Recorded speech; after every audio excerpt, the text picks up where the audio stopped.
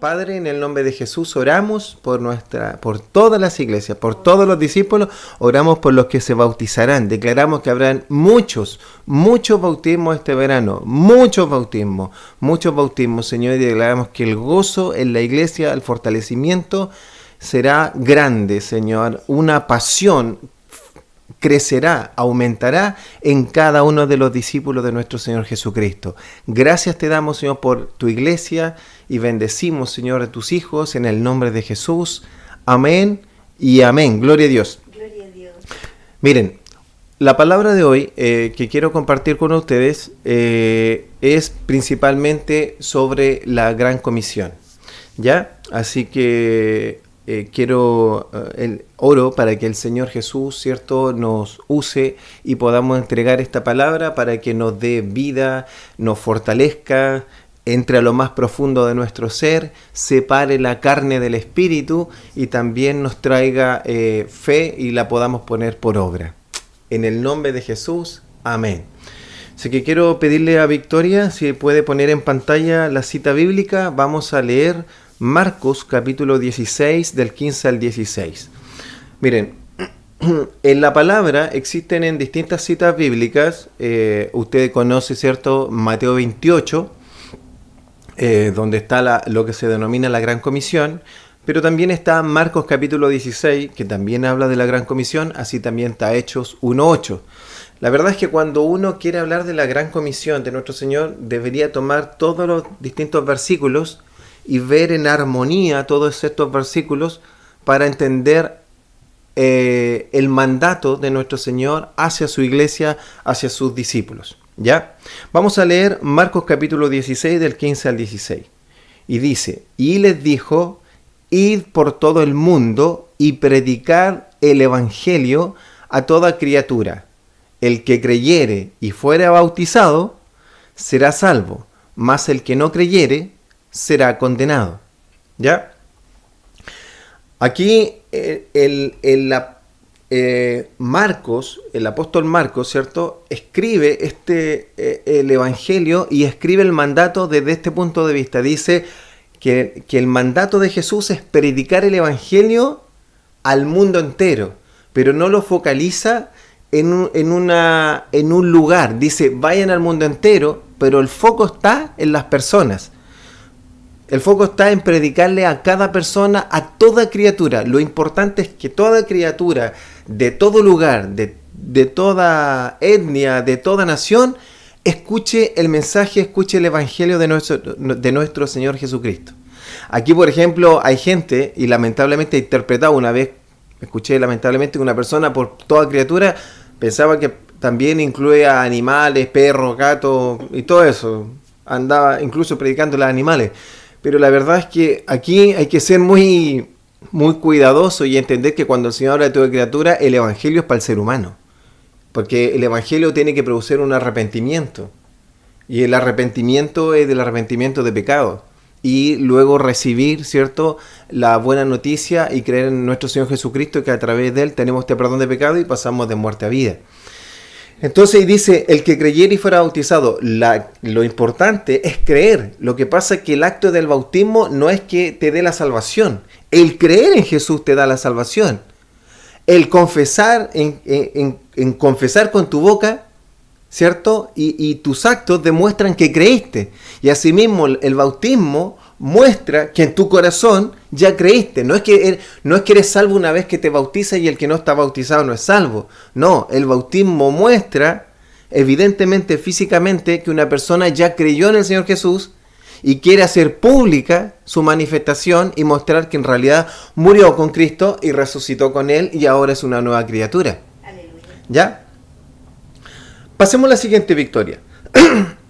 Y vamos a leer también este verso muy conocido por todos, que está en Mateo 28, en el verso 19 y 20. Y aquí Jesús, también nuestro Señor, dice, por tanto, id y haced discípulos a todas las naciones, bautizándolos en el nombre del Padre, del Hijo y del Espíritu Santo, enseñándoles que guarden todas las cosas que os he mandado, y aquí yo estoy con vosotros todos los días hasta el fin del mundo.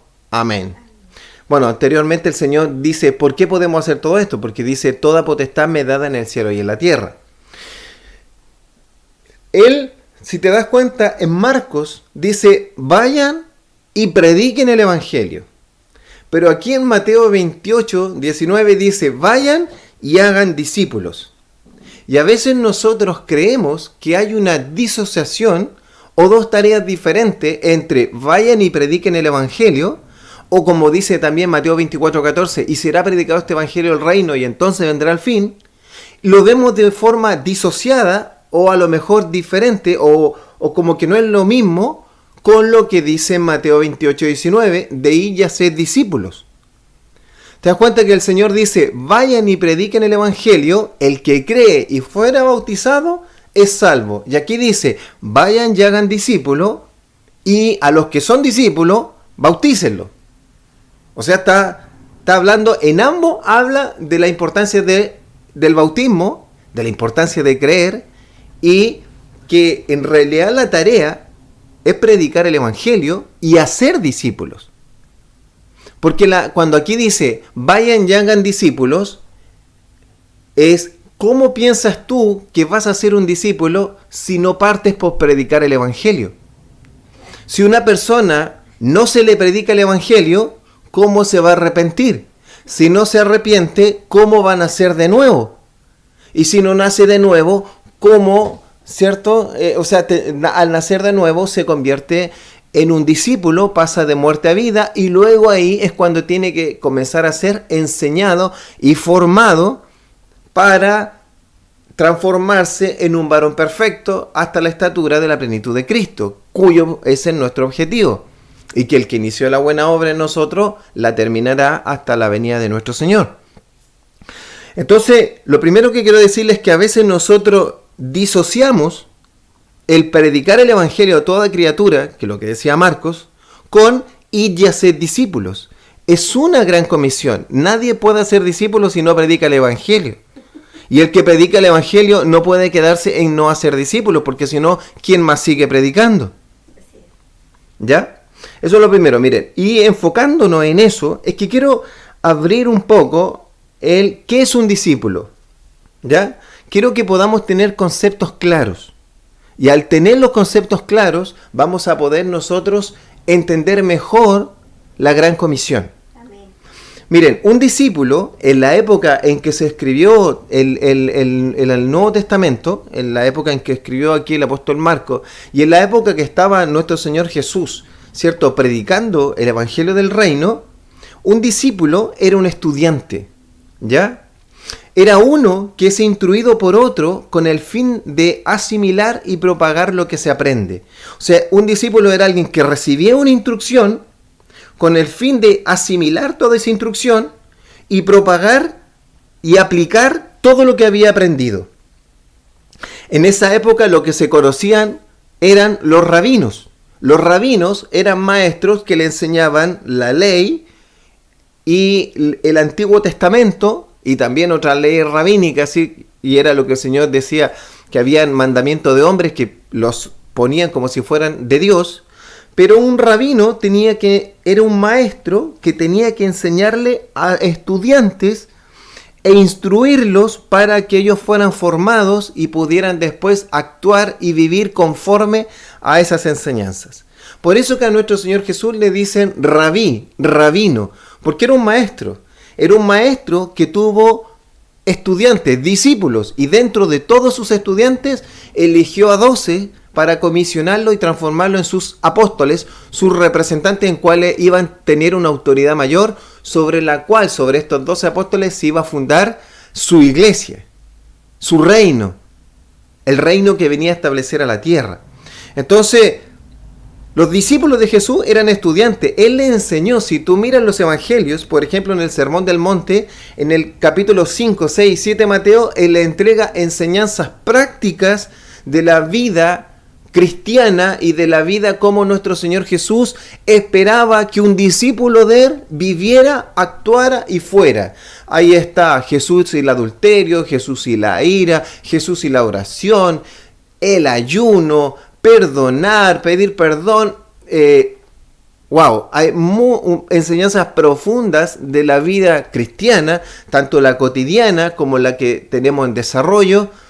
Y el Señor muestra de manera importante lo que era seguir los mandamientos de Dios, tener tiempo de oración, confiar, no juzgar a los demás, ofrendar, dar y tener una actuación, cómo se comporta un hijo de Dios. Amén. Cómo espera Dios y esperaba Él que fueran sus discípulos.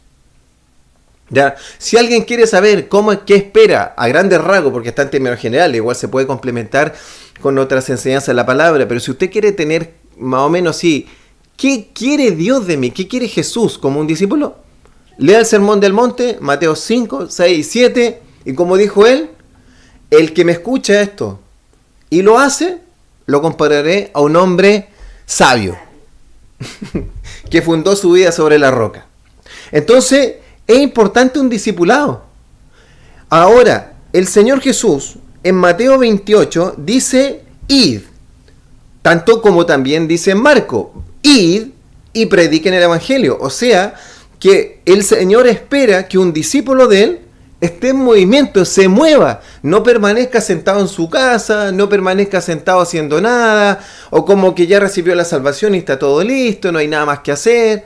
No, Él espera que alguien entienda que su objetivo es ir a otro lugar, pero ese ir no necesariamente puede ser ir a otro país, ir a otra ciudad, pero también ese ir puede ser ir al lado donde el vecino, ir a la plaza, ir acá al frente, ir donde el Espíritu Santo me mande, ir donde Dios me muestra, o ir donde Dios ha puesto en mí el querer como el hacer, moverme. Y dice, acá quiero entrar en bautizarlos y enseñándoles. Y aquí ahí mismo está la explicación de cómo el Señor entiende y cómo les transmite a sus discípulos la importancia de predicar el Evangelio y de hacer discípulos. Amén. Y quiero ser reiterativo en esto, porque no está disociado. Es un solo mandato, predicar el Evangelio y hacer discípulos. Miren, cuando el Señor dice bautizándolos, el Señor aquí se está refiriendo en el fondo a la predicación. Porque tú bautizas a un discípulo, sí, pero a un discípulo que recibió la predicación, que creyó en la predicación del Evangelio. Y cuando nuestro Señor Jesús dice, vayan y hagan discípulos bautizándolo, al bautizarlo se asume que lo que estamos refiriéndonos es a la predicación del Evangelio, que nosotros entendemos que se cierra con el bautismo de una persona que confirma que creyó.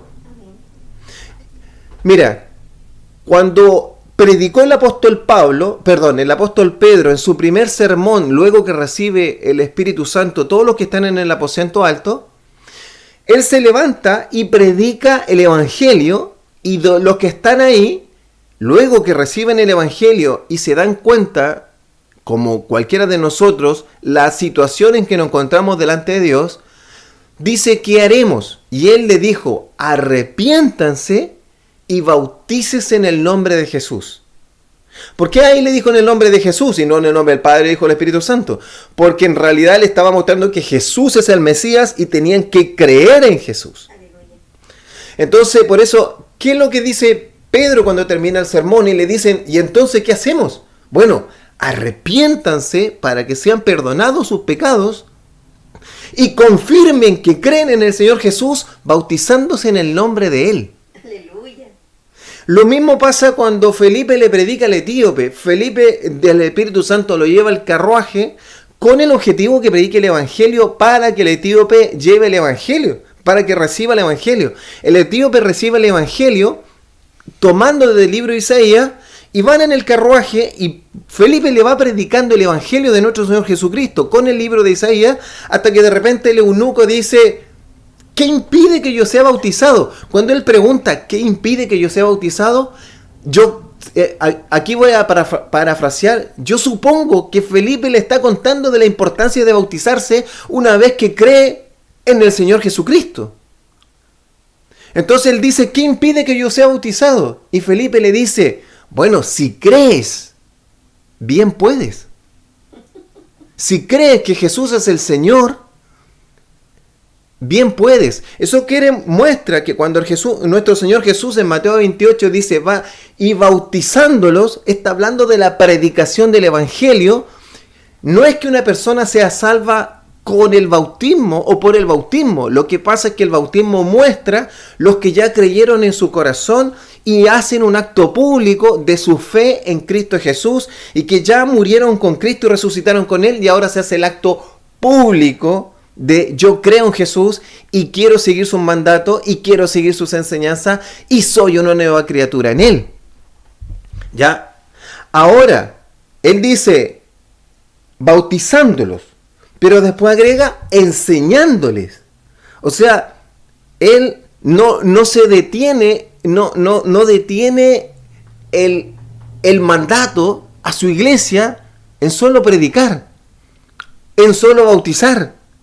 También dice enseñándoles, y enseñándoles, no solo enseñándoles, porque una persona te puede enseñar, pero enseñar a obedecer es algo más difícil. Porque yo puedo enseñarle a un niño a que coma con la boca cerrada, pero enseñarle a que me obedezca a comer con la boca cerrada es que lo va a hacer. Entonces, para yo enseñarle a obedecer significa que yo necesito un tiempo de instrucción. Yo debo instruir a esa persona, en este ejemplo que le daba, a ese niño, hasta lograr que el comportamiento que tiene es de acuerdo a la instrucción que se le está dando. ¿Ya? Y esto, para eso el Señor, es que en el Antiguo Testamento existían los maestros, como los rabinos, y tenían una relación con sus estudiantes. Nuestro Señor Jesús era nuestro rabí, nuestro maestro, y tenía la relación con sus estudiantes. Pero nuestro Señor Jesús le dice a sus discípulos, vayan y hagan discípulos. Amén. O sea, ellos ahora se iban a transformar en maestros de otros estudiantes. Y tenían que, pero no era enseñar cualquier cosa, no es enseñar lo que yo quiero, no es enseñar lo que yo pienso. Tenían que enseñar lo que el Señor pidió que se guardara, lo que el Señor instruyó y lo que el Señor instruyó como mandato. Amén. Entonces los apóstoles fueron discípulos directos de nuestro Señor, recibieron las enseñanzas directas de nuestro Señor, más encima cuando nuestro Señor resucitó, fueron instruidos durante 40 días únicamente sobre el Evangelio del Reino y recibieron toda instrucción teórica y práctica de nuestro Señor Jesús, y es por eso que ellos después se les instruye decir esto mismo, tienen que instruirlo a otro, que es lo mismo que el apóstol Pablo le dice a uno de sus discípulos: lo que has recibido de mí, esto instruye a otros varones fieles. ¿Para qué? Para que el evangelio siga avanzando, porque el evangelio avanza y crece con discípulos del Señor Jesús, con discípulos comprometidos. Ahora los discípulos no llegan hechos, por eso que dice enseñándoles a obedecer. Los que somos papás sabemos que enseñar a obedecer a un hijo no es tarea sencilla, porque la naturaleza de un niño es no. Cuando un niño empieza a caminar, que para mí es el día de la independencia, empieza a correr por todas partes y luego ese niño tiene que ser instruido. Y es una tarea difícil, por eso que hay padres que desisten de esto. Y con tal que el niño no llore, no tenga pataleta, no tenga berrinche, no, dale esto otro, y todo se le da. Y todos quieren evitar la instrucción. Porque la instrucción, amado, es desgastadora. Desgasta al maestro, desgasta al pastor. Por eso que tiene que haber una relación de confianza, de respeto.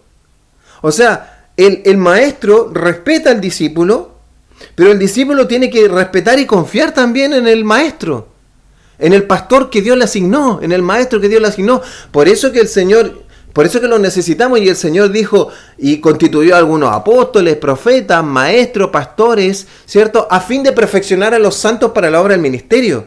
¿Cómo tú perfeccionas a los santos para que también puedan ejercer el ministerio? A través de pastores y maestros. ¿Qué es un pastor y un maestro? Instruir a los más pequeños para que puedan crecer en la doctrina de los apóstoles y de Jesucristo, de tal manera que vayan alcanzando la estatura de un varón perfecto. Y así, Hay personas que tienen un hijo de 18, 20 años, 15 años y dicen, wow, qué educado, mira cómo te hace caso. Y alguien diría que tuviste suerte.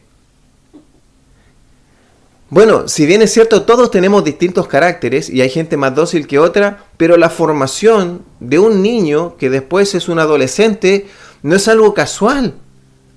Es algo de todos los días, es algo de conversar, es algo de instruir, es algo de corregir, de disciplinar, pero también de hablar con el ejemplo. Si yo a un niño le digo, pórtate bien, y el papá llega ebrio todos los días, ¿de qué estamos hablando? O si no sabe lo que está diciendo. Entonces, es muy importante la instrucción, es muy importante la enseñanza. Y aquí quiero igual avanzar y decirles que en esto a veces nosotros creemos que el proceso es corto. Creemos que el proceso sucede de un rato para otro. Oye, yo les llevo predicando como 2 meses a estos compadres y no cambian nunca. 2 meses. Oye, yo les llevo predicando un año. Miren, yo quiero traerles un ejemplo súper corto de los procesos y enseñarles que no apuremos los procesos. Mira, Victoria, ¿puedes poner la siguiente, por favor? Miren, quiero hablarles del apóstol Pablo, que inicialmente era Saulo, que es un ícono, un ejemplo de un hombre de Dios que escribió muchos escritos, que siguió un tremendo proceso y dio su vida por la predicación del evangelio. O sea, yo creo que cualquiera de nosotros, nadie podría decir que este hombre no dio su vida por predicar el evangelio y por hacer discípulos. O sea, este hombre actuó de manera profunda y clara y dio toda su vida en hacer discípulos, porque formó a Timoteo, Tito, Filemón, le mandaba cartas a las iglesias. Todas estas cartas son cartas de instrucción, son cartas de revelación de la palabra y de instrucción en la vida cristiana. Y también instruyó a Timoteo cómo ser un pastor, cómo hacer esto, y fundó una cantidad de iglesias en Asia Menor y en Grecia, este hombre, con otros, y formó discípulos, y abrió y hizo viajes misioneros poderosos. Y alguien pensaría, pero Pablo venía formado. No, yo te voy a mostrar por la palabra cuánto se demoró la formación de Pablo. Mira, dice aquí, cuando ya se concreta su llamado, en Hechos capítulo 13, dice, aquí estamos en la iglesia de Antioquía, estaban los ancianos de Antioquía, dice, ministrando estos al Señor y ayunando, dijo el Espíritu Santo, apartadme a Bernabé y a Saulo. Aquí todavía era Saulo, imagínense. Para la obra que los he llamado. Entonces, habiendo ayunado y orado, les impusieron las manos, lo despidieron, y ahí después comienza el primer viaje misionero de Pablo y empieza todo el desarrollo del ministerio de Pablo cuando hace su primer viaje con Bernabé y el resto lo hizo solo. Pero aquí es cuando, habiendo ayunado, dice, apartadme a Saulo y a Bernabé para la obra que yo los he llamado. Pero este llamado sucede cuando Saulo se convierte.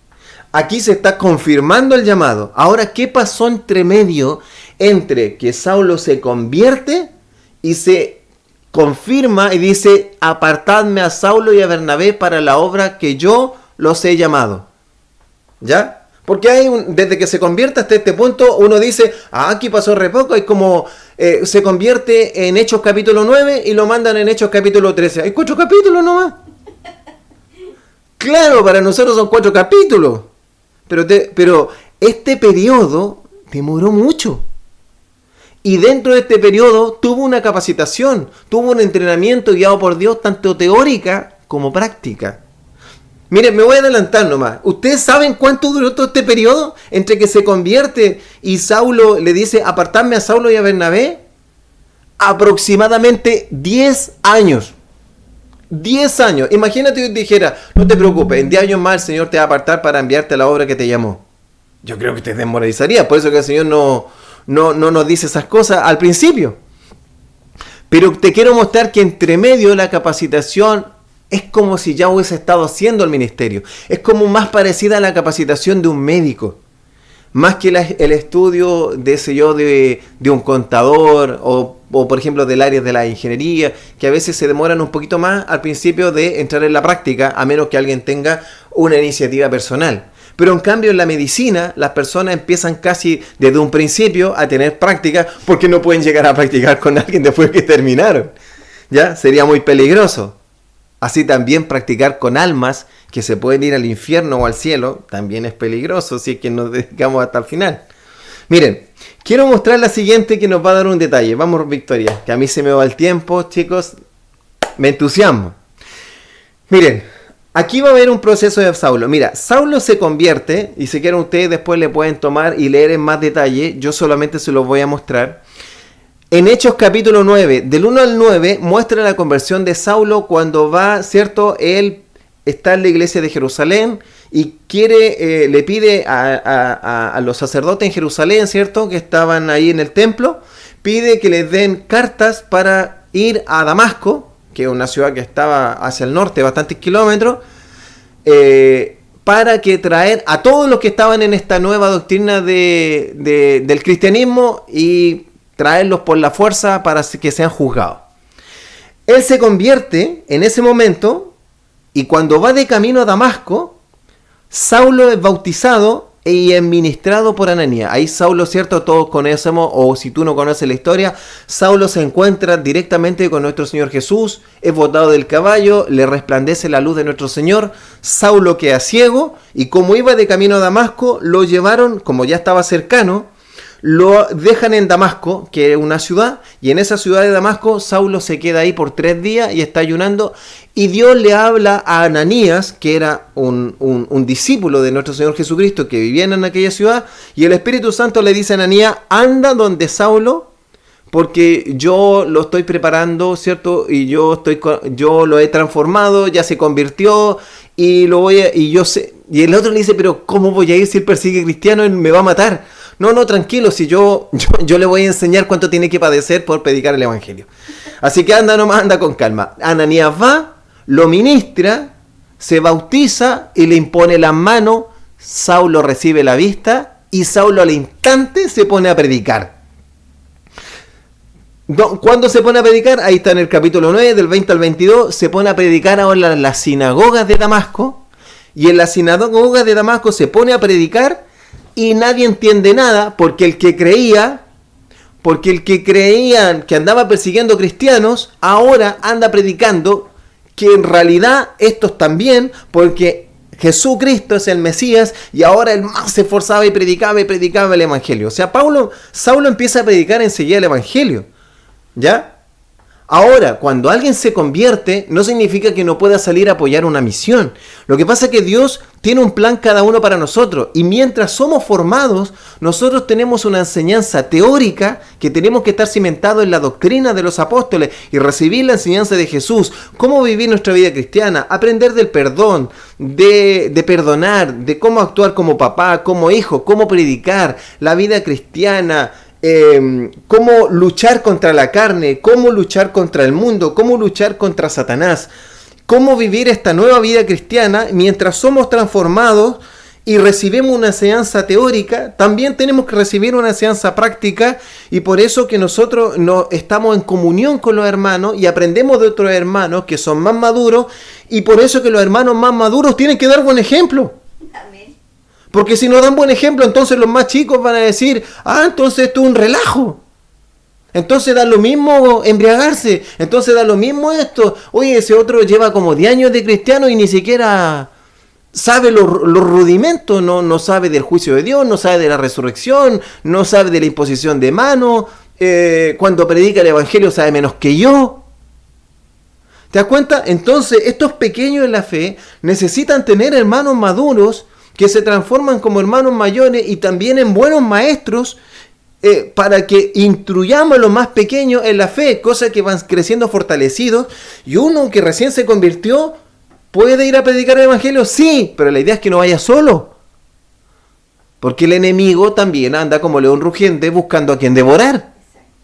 Y la idea es que un recién convertido vaya con alguien que ya sabe para saber cómo enfrentar. Y al principio, como un buen discípulo, como un buen estudiante, irá para mirar. Y si de repente le nace en el corazón y el Espíritu Santo le pone, hará. Oye, yo cuando empecé a ir a los primeros encuentros, que en ese tiempo no predicábamos en las calles, y me tocó ir a trabajar a los primeros encuentros y ver las primeras liberaciones, los primeros actos en que salían demonios por espuma, gente que se caía al suelo y quedaba impactado. pero me gozaba de la gloria del Señor, hasta que un momento le dije a este pastor que echaba fuera demonios y vomitaban y volaban, y otros al imponerle las manos al Espíritu Santo se caían, se paraban, se caían al suelo. Yo le dije, ¿y yo puedo? ¿Yo puedo hacer esto? Sí, me dijo, dale. Y yo me acuerdo que él se ponía una hoja de diario, pues alguien vomitaba. Y hice exactamente lo que él hacía. Doblé el papel de diario, me lo puse aquí como en el bolsillo atrás del pantalón. Y de repente me dijo ahí, en la guata, me decía, en el estómago, ahí, en el vientre. En el nombre de Jesús, fuera lo que el Señor te muestre. Y yo primero miré lo que él andaba haciendo. Un encuentro miré, hasta que de repente en un encuentro me atreví y puse mis manos, hice la imposición de mano y dije, en el nombre de Jesús echo afuera este demonio. Y veo la reacción de la persona que empieza a botar espuma, empieza a contorsionarse, y él me decía así como, dale nomás, échale para adelante. Y yo, entre eufórico, ansioso y con un poco de temor y temblor, le di, pero wow, fue una maravilla. O la primera vez que tú oras por un enfermo.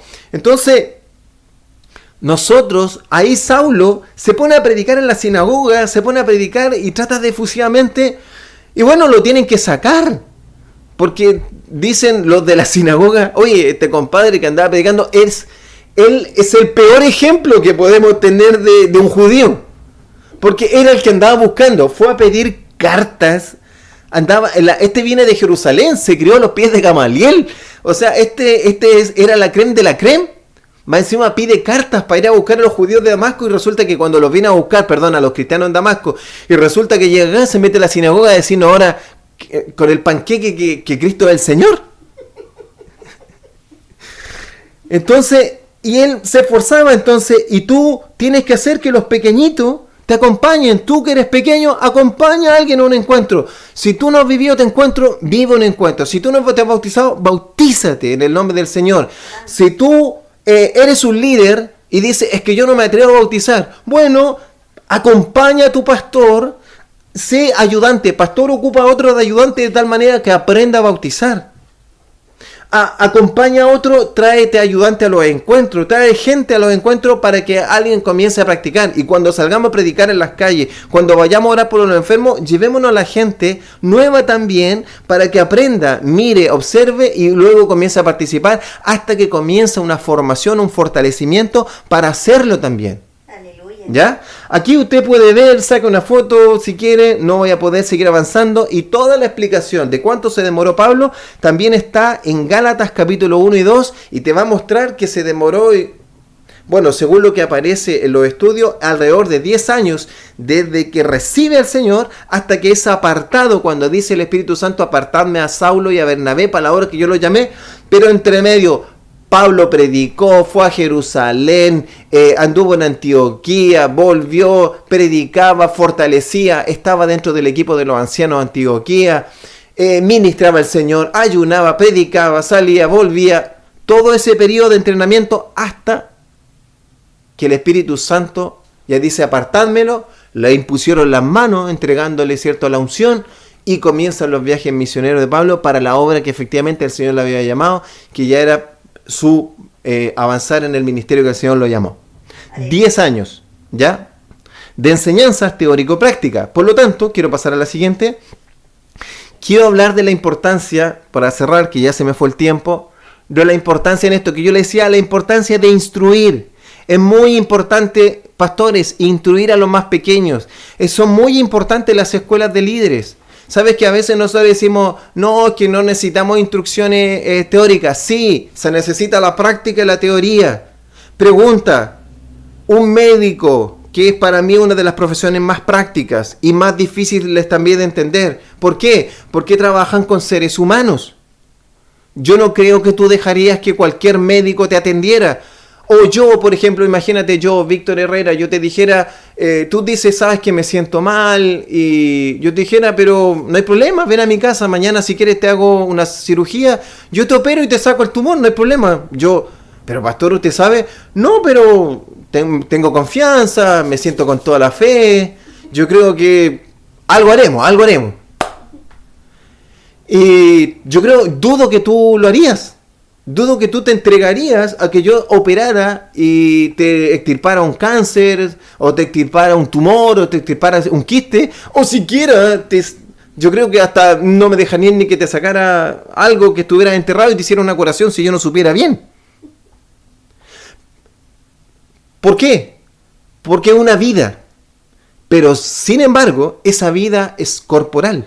Pero aquel que predica el evangelio y instruye a los discípulos, no solo vela por el cuerpo, sino que por el alma. Y el Señor Jesús dijo, más bien, preocúpate y temed no a los que matan el cuerpo. O sea, tú podrías ir a un mal médico, no le tengas miedo a un mal médico, pero sí tenle miedo a un mal pastor y mal maestro. Porque esos tienen problemas porque dañan no solo el cuerpo, sino que el alma también. O sea, esa palabra ahí no va directamente a eso. Yo te estoy haciendo para que entiendas la importancia de recibir doctrina, enseñanza e instrucción de la palabra para vivir tu vida cristiana conforme, porque es tu alma. Así es. Es tu alma. ¿Qué pasaba cuando se convertían? Acá está en Hechos capítulo 2, 41 y 42. ¿Qué hacía Pedro? Dice, así que los que recibieron su palabra fueron bautizados. ¿Quiénes? Los que se convirtieron cuando yo les dije que se predicó el evangelio.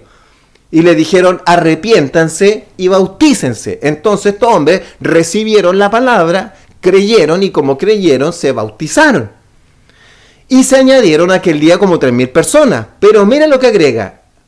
Mira lo que sucede. Que, ¡ay, terminamos! No. Y perseveraban los 3,000, los que se quedaron. Bueno, ahí el Señor, algunos, tú sabes que está en la parábola del sembrador, que algunos no perseveran hasta el final. No todos dan fruto, porque distintas cosas que aparecen ahí en la palabra del sembrador. Dice, y perseveraban en la doctrina de los apóstoles, en la comunión unos con otros, en el partimiento del pan y en las oraciones. O sea que una vez que una persona recibía el evangelio, se le instruía, se le daba doctrina, se le enseñaba las enseñanzas y los mandatos de nuestro Señor Jesús. Se le enseñaban los fundamentos de la doctrina cristiana. La misma doctrina que los apóstoles recibieron de nuestro Señor Jesús, que mostraba que en la ley, en los profetas y en los salmos hablaba de nuestro Señor Jesús, usaban el Antiguo Testamento para mostrar que el Antiguo Testamento y la palabra revelaba a Jesús. Ellos instruían también en esta doctrina del reino de Dios y del comportamiento de un cristiano de acuerdo a las enseñanzas de nuestro Señor Jesús, que está registrada en los Evangelios y también en distintos otros libros del Nuevo Testamento. Que está todo en armonía con el Antiguo Testamento, porque el Evangelio del Reino que predicaba nuestro Señor Jesús y los apóstoles tomaban la palabra del Antiguo Testamento. Entonces, cuando alguien dice, no, yo no necesito tanta palabra, sí la necesitas. Sí la necesitas, porque necesitas perseverar en la doctrina de los apóstoles. Necesitas perseverar en la doctrina de Jesús. Necesitas perseverar en la doctrina. Dice que la iglesia está fundamentada en la doctrina de los apóstoles, que es la doctrina de nuestro Señor Jesús, y la de los profetas. Y la de los profetas es la del Antiguo Testamento. Pero entendiendo que la doctrina de los profetas está estudiada a la luz de la revelación de nuestro Señor Jesucristo. Amén. Y todos tenemos que ser fuertes y firmes en la doctrina de Dios. Por eso que hay que leer palabra. Por eso que hay que no solo leerla, meditarla, enseñarla y instruirla. Por eso tú tienes que recibir una enseñanza potente, profunda. Y por eso que es importante que los pastores, los maestros y los líderes se sumerjan en la palabra, entren profundamente en la palabra, para enseñar la doctrina y los fundamentos de la fe cristiana. Y no aberraciones que a veces, o yo pienso, yo creo, yo opino, o escuchar un sermón de otro y predicar el sermón de otro, o distintas cosas. Está bien, yo no digo que no escuchemos el sermón de otras personas, o que no leamos buenos libros cristianos, pero eso no quita que yo tenga que hacer mi estudio y tenga que entrar en la doctrina para saber y poderla enseñar. Porque si Dios me ha puesto de pastor y maestro, tengo que ser responsable en instruir a los más pequeñitos en la doctrina de los apóstoles y también enseñarle a cómo comportarse en esta vida cristiana, cómo seguir los mandamientos de nuestro Señor Jesús de la manera como yo los sigo. Amén. ¿Ya? Es como la carrera de medicina, teórica y práctica. Mientras voy aprendiendo, aprendo. Al principio, ustedes saben que los que estudian medicina cuando aprenden a hacer suturas, no lo hacen con un cuerpo humano. Al parecer lo hacen con un pollo, porque al parecer la piel del pollo es muy similar a la del humano y aprenden a hacer sutura, hasta que después suturan ya a persona humana en el desarrollo de su instrucción. ¿Ya? Así que perseveraban, acuérdate, la doctrina de los apóstoles, en la comunión. Es bueno ir a tu célula, es bueno ir a congregarte, tienes que congregarte. Aquí no es ser llanero solitario, en el partimiento del pan, o sea, tomar la cena del Señor cada cierto tiempo lo más recurrentemente posible, porque esto nos recuerda que Cristo viene y nos recuerda el sacrificio que Él hizo por Él y en el nuevo pacto que estamos. Así es. Y en las oraciones, ¿cuánto te juntas con tus hermanos a orar? Porque uno tiene que tener una oración personal y una oración en comunidad. Todo esto que te estoy hablando, estas 4 cosas, fortalecen al que ya se convirtió. Y está dentro de la gran comisión de ir y hacer discípulos, bautizándolos y enseñándoles todo lo que yo os he mandado. ¿Te das cuenta entonces, amado? Para cerrar, quiero decirle que existe una gran responsabilidad de predicar el Evangelio. Toda la iglesia de Cristo en el mundo tiene la responsabilidad de ir y hacer discípulos, de predicar el Evangelio y de hacer discípulos. Es muy importante, es una honra, pero también es una responsabilidad y no lo podemos hacer al como sea. Por eso que los fundamentos tienen que ser potentes, profundos. Las enseñanzas tienen que ser dirigidas a los mandatos de nuestro Señor Jesús, que conozcamos a Dios, que conozcamos a nuestro Señor Jesús y vivamos conforme a sus mandatos, a sus mandamientos, y que cuando prediquemos el Evangelio lo prediquemos con poder, con fuego, con autoridad. Y los mayores enseñarán a los más pequeños y los maestros instruirán a los más que estén más abajo, pero todos en armonía, todos creciendo en la fe de nuestro Señor, en la doctrina, en el partimiento del pan, en la oración, en la comunión. Y así les aseguro, porque Él dijo, toda autoridad me fue dada en el cielo y en la tierra.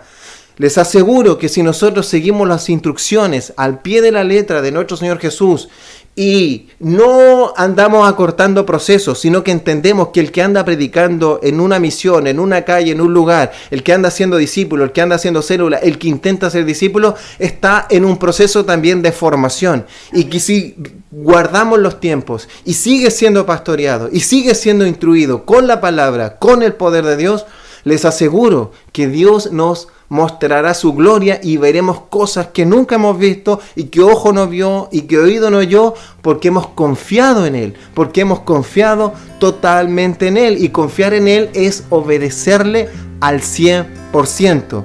Amados, los más pequeñitos, confíen en el Señor, confíen en el Maestro, confíen en el pastor que Dios le puso. Pastor, maestro, sea responsable, entre en la palabra, entre en comunión, entre en oración, porque tenemos la gran responsabilidad de guiar a los más pequeñitos y a todos los que Dios ha puesto a apacentar las ovejas del Señor. Amamos al Señor y nos esforzamos en pastorear, y así esta obra va a crecer. Es que el Evangelio, cuando tú estás bien fundamentado y aprendes teórica y práctica, es que esto es una cosa de tiempo, como una explosión que sucede. Pero no apuremos tanto los procesos, porque todo se cuece a fuego lento. Que Dios les bendiga. Un gran abrazo, nos vemos la siguiente.